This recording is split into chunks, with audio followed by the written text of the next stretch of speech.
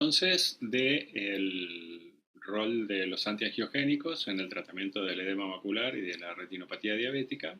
Y ahora vamos a ver un poco el rol del láser. Eh, la retinopatía diabética tiene no solamente la evolución hacia la forma proliferativa, como vemos en las fotos superiores, sino también puede derivar en hemorragias vítreas, como vemos en las fotos inferiores, o desarrollar un glaucoma neovascular con todas las implicancias que esto tiene. El mecanismo de acción del láser es básicamente reducir el consumo de oxígeno al destruir los segmentos externos de los fotorreceptores, pero como consecuencia de ello se dañan los sectores internos de la retina. Y esto obviamente tiene impacto en la agudeza visual. Las complicaciones: progresión de la neovascularización cuando el tratamiento no es adecuado, disminución de la agudeza visual y muchas veces al tratar retinopatías diabéticas proliferativas que no tenían edema macular, aumentamos el edema macular o si no lo tenían, desarrollan edema macular. Y por supuesto también algunos pacientes que fotocoagulamos, después de la fotocoagulación pueden desarrollar una hemorragia vítrea. También se produce como efecto de la fotocoagulación una reducción del campo visual, una alteración de la sensibilidad al contraste. Y por supuesto, la fotocoagulación pueden ser sesiones prolongadas con el consiguiente disconfort para el paciente. Y en algunos casos donde la fotocoagulación es muy intensa, podemos tener un desprendimiento coroideo de tipo seroso. Y por supuesto que el láser siempre está dejando una cicatriz permanente en la agudeza visual. Los estudios pivotales fueron los tratamientos sobre el estudio de la retinopatía diabética y el tratamiento precoz de la retinopatía diabética. Y todos estos mostraron que la fotocoagulación con láser era efectiva para reducir la progresión de la retinopatía y reducir la severa pérdida visual. Pero el tratamiento en general no mejora la visión. De todas maneras, frente a la falta de respuesta a cualquier otro tratamiento de las formas proliferativas de la retinopatía diabética, el láser se transformó en el gold standard del tratamiento durante muchos años. Y debido a que estos tratamientos en general actúan sobre formas avanzadas de la enfermedad y muchas veces la retinopatía es asintomática, es muy importante identificar y tratar a los pacientes precozmente. Y para lograr este objetivo, los pacientes deben ser examinados periódicamente para detectar la enfermedad tratable y por supuesto se han elaborado guías de control y tratamiento que son por todos conocidos. Acá vemos cómo el campo amplio nos ayuda a ver en este paciente su retinopatía diabética. Es un paciente joven de unos 35 años, diabético, insulino dependiente desde la adolescencia, tratado lo mejor que se puede, hijo de un padre médico, pero independientemente de eso, ha desarrollado una forma proliferativa de la enfermedad con fenómenos de filtración y una gran amputación de la circulación, sobre todo en el ojo izquierdo, por lo cual es un paciente ideal para tratar con rayo láser. Hacemos una primera panfotocoagulación y siempre es muy importante, uno siempre piensa que lo hizo todo correctamente, pero siempre queda algo por hacer. Seguimos controlando con angiografía y luego completamos la panfotocoagulación y quedan estos focos con hiperfluorescencia, pero ya con mucha menos filtración, que van a ir cicatrizando con el tiempo. Fíjense que la fotocoagulación es una fotocoagulación, panfotocoagulación, pero trata de ser un poco menos confluente que las fotocoagulaciones que se hacían anteriormente. Independientemente de esto, vemos a este paciente tratado por un edema macular con drogas antiangiogénicas y vemos acá un cierto grado de retinopatía no proliferativa de tipo moderada con edema macular, pero fíjense que si bien mejora el edema macular con el tratamiento, también mejora la retinopatía. Y esto es algo que se vio en los estudios colaborativos y fue lo que hizo que muchos empezaran a pensar, decir, bueno, ¿qué pasa si dejamos de tratar con láser a los pacientes y los tratamos solo con antiangiogénicos? En el protocolo ese, donde se usaba anti-VEGF y láser de rescate, lo que vieron es que había regresión del grado de retinopatía, mejoría de la agudeza visual y del campo visual, que los pacientes tenían menos riesgo de desarrollar hemorragia vítrea y menor probabilidad de requerir cirugía vitreoretinal, y de alguna manera estamos tratando simultáneamente la retinopatía y el edema macular existente, con lo cual es una situación donde todos ganan.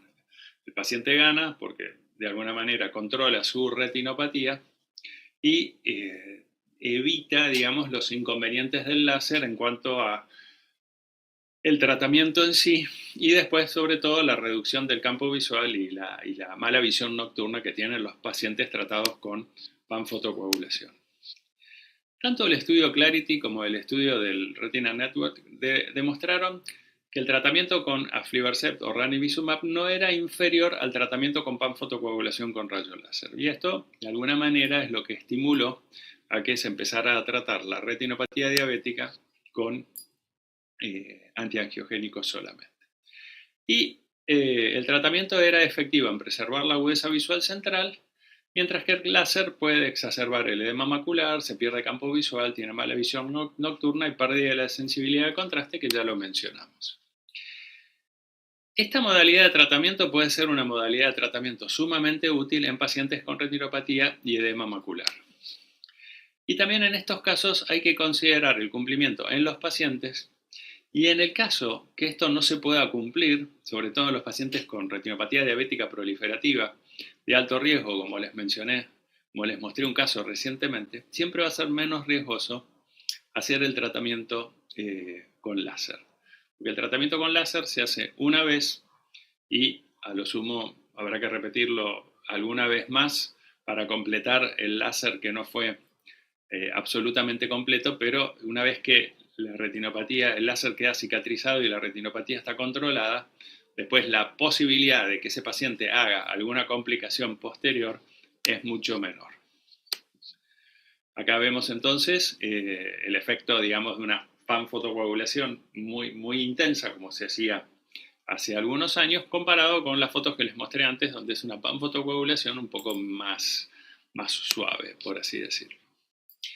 También se ha hablado un poco del láser micropulsado como una modalidad de tratamiento, no tanto para la retinopatía, pero sí para el edema macular, sobre todo en aquellos casos que no responden al tratamiento con antiangiogénicos. Y el láser micropulsado tiene la característica de que hacer pulsos sería menos dañino para la retina y por lo tanto podría ser efectivo en reducir el edema sin comprometer tanto la agudeza visual como pasaba cuando no existían los antiangiogénicos y se hacían las famosas grillas maculares, donde probablemente el edema después disminuía o se secaba, pero realmente la agudeza visual siempre era muy mala.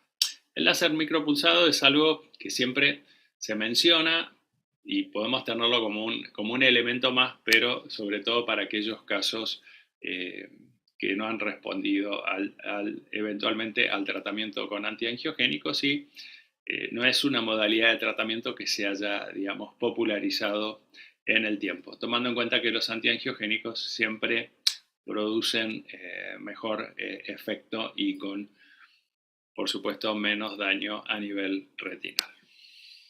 Y acá ven algunas imágenes de pacientes tratados con láser micropulsado, que mejora un poco, digamos, todo el componente de edema intrarretinal. Entonces, es un tratamiento seguro porque protege la fobia y es repetible. Muestra cierta eficacia a través de estudios clínicos y persiste su efecto en el tiempo, y bueno, es rápido y fácil de realizar. Acá hay un comparativo entre los distintos tipos de láser, y básicamente la mayor efectividad del láser así de tipo subumbral es el menor daño a nivel de las estructuras retinales.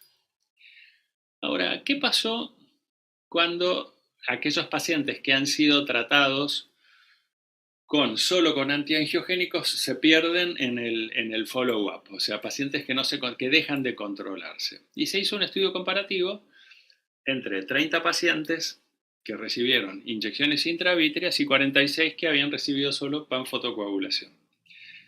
Obviamente, que los dos pacientes, al dejar de controlarse, empeoró la retinopatía y les disminuyó la agudeza visual.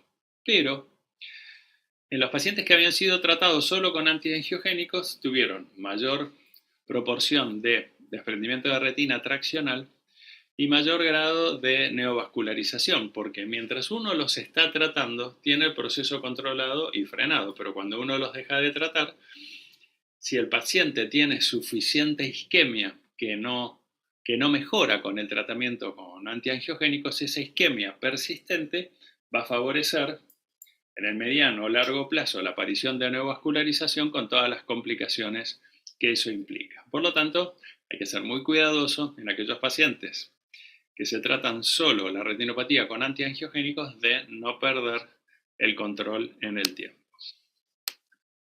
Entonces, tengamos presente que no todos los pacientes responden. Hay un 10% de casos que progresa la retinopatía.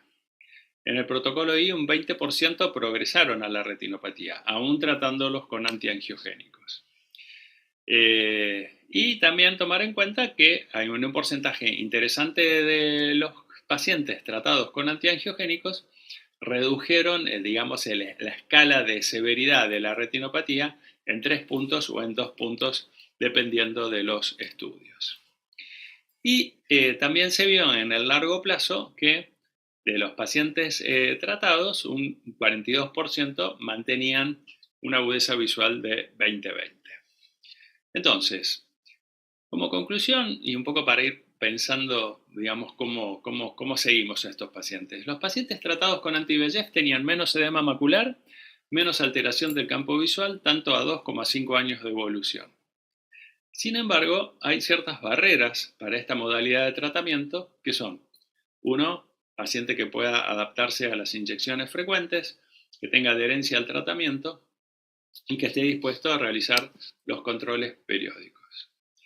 En el estudio del Retina Network retuvieron un 66% de los pacientes. Por otro lado, y como les mencionaba anteriormente, no parece ser que el tratamiento con anti-VEGF mejore la isquemia retinal o que prevenga la progresión de la no perfusión o la pérdida del campo visual generado por esto. O sea que no es que todos los pacientes con anti-VEGF mantienen el campo visual en el tiempo, también lo pueden perder si progresa la isquemia. Y vuelvo a mencionar, cuando el paciente deja el tratamiento, la isquemia residual puede favorecer la proliferación vítrea con desprendimiento de retina traccional o glaucoma neovascular. Por todo esto, la fotocoagulación puede ser muy apropiada hoy en día en muchos pacientes y en algunos casos también hacer el tratamiento combinado. Tengo un paciente con una retinopatía diabética proliferativa, sin un componente traccional importante, pero con mucho edema. Lo trato con antiangiogénicos y después lo fotocoagulo. La fotocoagulación va a ser menos intensa y probablemente pueda ir tratando mejor el edema macular, que seguramente va a empeorar con la panfotocoagulación. También hay un tema de costos. En relación al tema de costos, el tratamiento con láser es mucho más económico. Se hace una vez y dura por muchos años. Esto puede incidir también en los temas de distribución del gasto en salud pública y de la accesibilidad del paciente al tratamiento. Pacientes de bajos recursos siempre probablemente sea más efectivo para preservar la mejor agudeza visual posible, hacerlo en tratamiento con panfotocoagulación, que tratarlo con antiangiogénicos si no tengo la certeza de que va a poder sostener el tratamiento en el tiempo.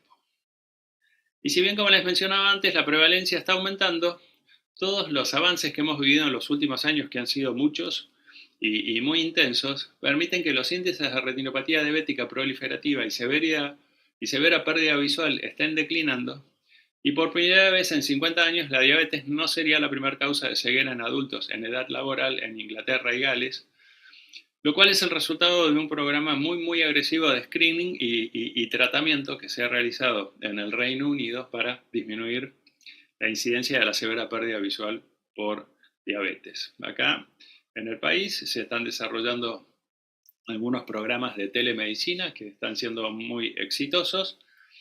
Se hace la campaña de prevención de ceguera por diabetes, que eso se viene haciendo, como les mencioné, ya desde el año 2010, y a futuro tenemos está la idea de seguir avanzando y hacer más extensivos los programas de detección y screening por telemedicina, y de esta manera detectar precozmente aquellos casos que sean necesario tratar y tratarlos en forma adecuada, en tiempo y forma.